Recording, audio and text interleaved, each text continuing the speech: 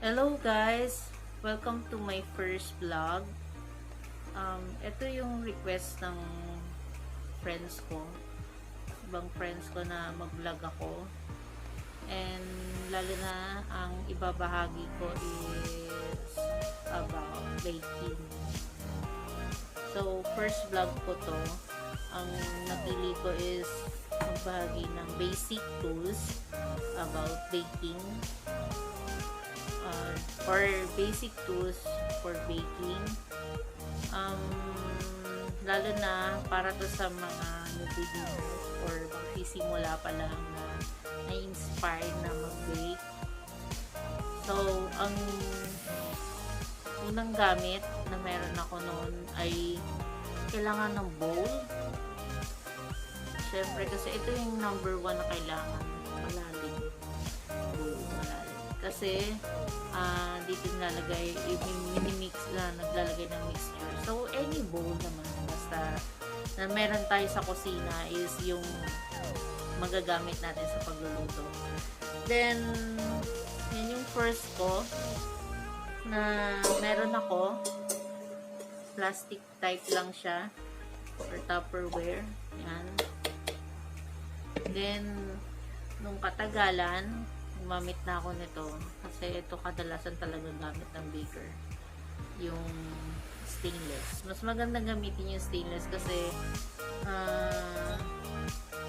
bukod sa madali siyang hugasan, yung stainless na to hindi siya basta-basta nakokontamina yung mga mini-mix natin. Then ang kailangan din na meron ako or dapat na meron ng baker or meron ang magsisimula pa lang, merong measuring cups. Yan, tawag dito is measuring cups.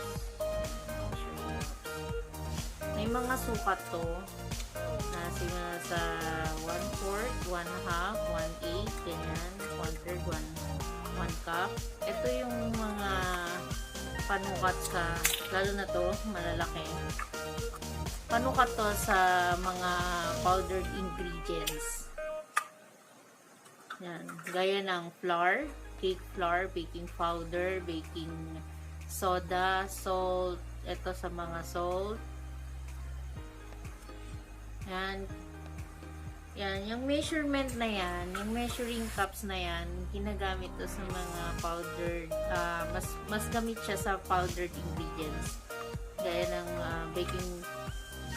gaya ng all-purpose flour, like, or cake flour, ganyan, anything na powdered siya na ingredients, ito yung ginagamit.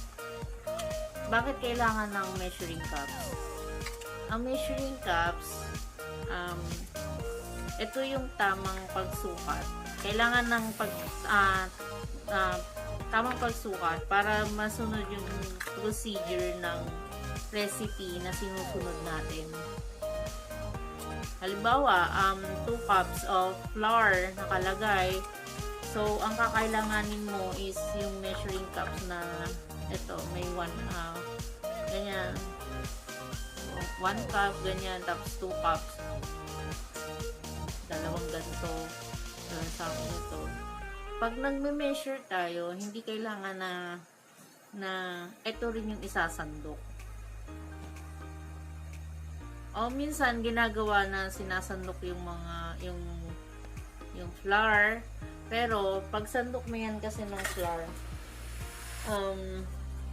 bawa pag sandok ng flour, ang tamang pagsukat is kukuha ka ng spoon, ilalagay mo yung powder na susukatin mo or yung harina or flour o kahit ano dyan dito.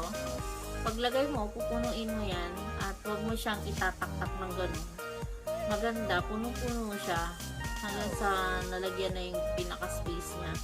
Then, saka mo siya igaganon ng kutsilyo or ng ganito. Spatula kasi tawag nito, scraper or spatula. Ganyan ang tamang pagsukat sa flour. Then, yun yung gamit ng tamang measurement or measuring cups para dun sa measurement ng powdered ingredients natin.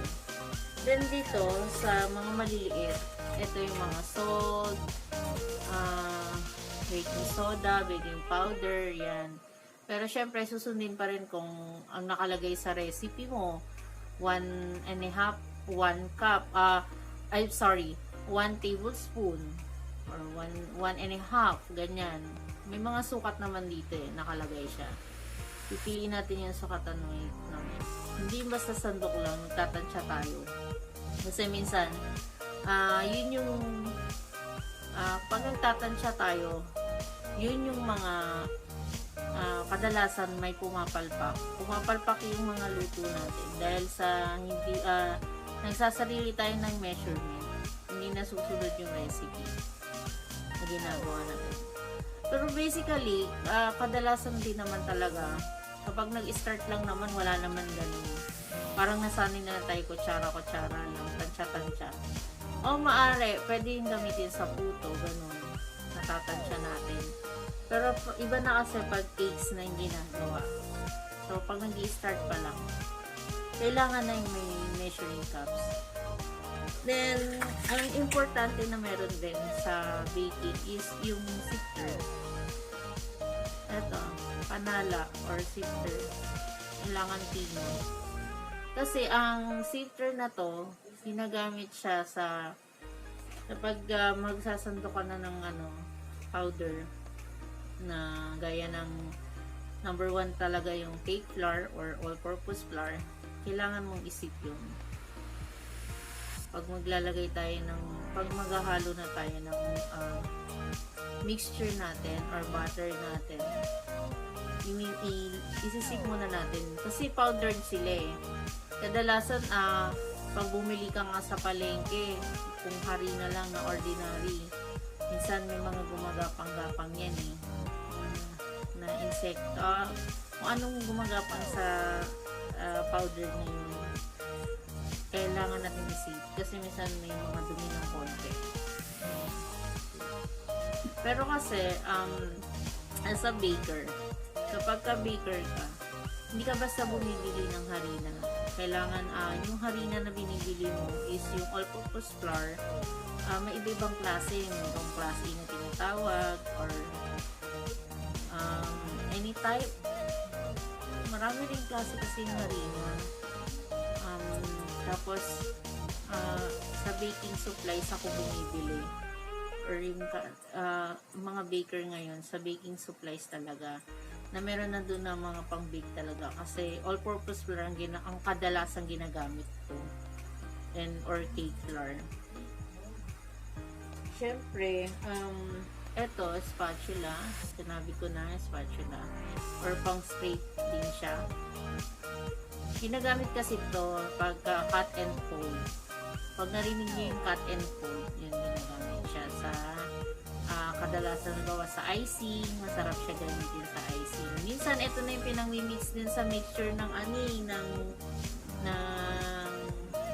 wet and dry ingredients. Halimbawa, naghahalo ka pa lang ng harina, baking powder, baking soda, salt, milk, ganyan, halo-halo na, egg, ganyan, halo-halo. Pero, ito, mas kadalasan ginagamit kasi ito sa icing. Halimbawa, meron ka nang nagawang icing, mas masarap siyang gamitin.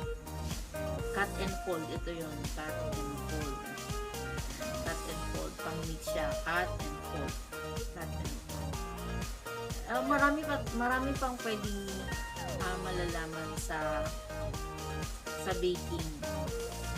Baking journey or baking history. Marami pang malalaman. So, ito pa lang yung binabahagi ko po is yung basic tips or basic needs na meron dapat kapag nagsisimula ka pa lang. Hindi naman kailangan ng mahal na gamit. So, nag-start lang din naman karamihan sa murang gamit. Then, kapag kadalasan nakakaipon na, kasi yung iba nag-start na hobby lang, tapos hanggang sa nagtuloy-tuloy yun, maganda, masarap yung gawa mo, ginawang business, So, nagtitinda ka na rin. Nagninegosyo ka, naging business mo siya, naging passion mo siya kasi parang lagi mo na siyang ginagawa. Madalas mo na siyang gawin. So, yun lang ang tip na magagawa ko. Naibahagi ko. Lalo na yan para sa mga newbie or sa mga nagtatanong sa akin.